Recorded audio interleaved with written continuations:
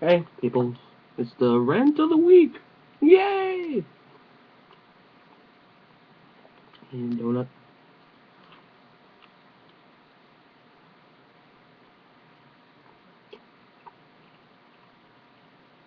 Now today, I'm going to give you my top 5 video games of all time. Which means that more than one game in the game series is going to be on the list. Only number 5 and number 4. That's it. I don't think that's too bad. Now, before I'd like to give you an idea. Why do people always wonder why they don't like the second one of a series, but they like the third and the first? Now, the first movie introduces an idea to you. The second movie expands on the idea.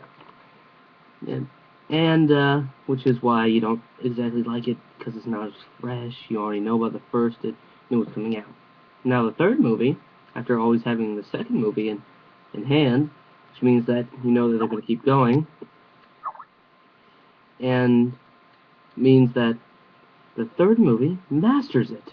So therefore, we like the third one, and the first one, then the second one. Now for the games. Number 5, Ocarina of Time. Ocarina of Time is a legendary game. You should probably know about it by now if you grew up any time like I did. If you're a gamer of any sorts, you've heard of Legend of Zelda, and guaranteed the very first, almost the first Legend of Zelda you've heard of, well, post in 64, would be Legend of Zelda Ocarina of Time. And/or my number 4, Majora's Mask. Majora's Mask is a little bit less known, but still just as popular. It's about Link's journey to Termina. One of the first games to go outside of Hyrule. Anyway, go watch Chuck Conroy's LP of it. It's fun. Now my number 3, Final Fantasy VI. Yes, 6, not 7. I like 7, but not 7. I don't know why, because 7 just doesn't have the same feel to it. I mean, number 6, Kefka. Number 7, Sephiroth. It's here. God of Magic? Mama's Boy.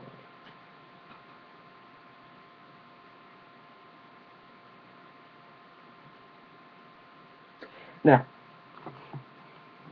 like I said, Kefka is one of the greatest villains in my opinion, especially Final Fantasy villains. He actually completed what he was intended to. He became the god of the entire world. Now, game number 2. This is good. And number 2, Metal Gear Solid 4. Now, what is this? Metal Gear Man doesn't have Metal Gear at the top of his list? What? What does the world mean? Now, this means it's pretty freaking close to the top of my list. Really, I'd have to say 1 point difference, but Metal Gear Solid 4 is the end of Solid Snake, in my opinion. One of the best ways to wrap it up. Hideo Kojima outdid himself. He made it a tearjerker, a freaking masterpiece. Now, Metal Gear Solid 4 is some of the best story I've seen ever. Now, and the final boss has one of the best music themes, and the best gameplay, and the best overall feel and gumption to it. Now, what could beat that? Tales of Symphonia. Yes, Tales of Symphonia. Not many of you heard of it. It's a GameCube exclusive game, but hey, I think it's very popular. I mean, I've heard Lloyd Irving from a lot of people, so I'm pretty sure they know about the game.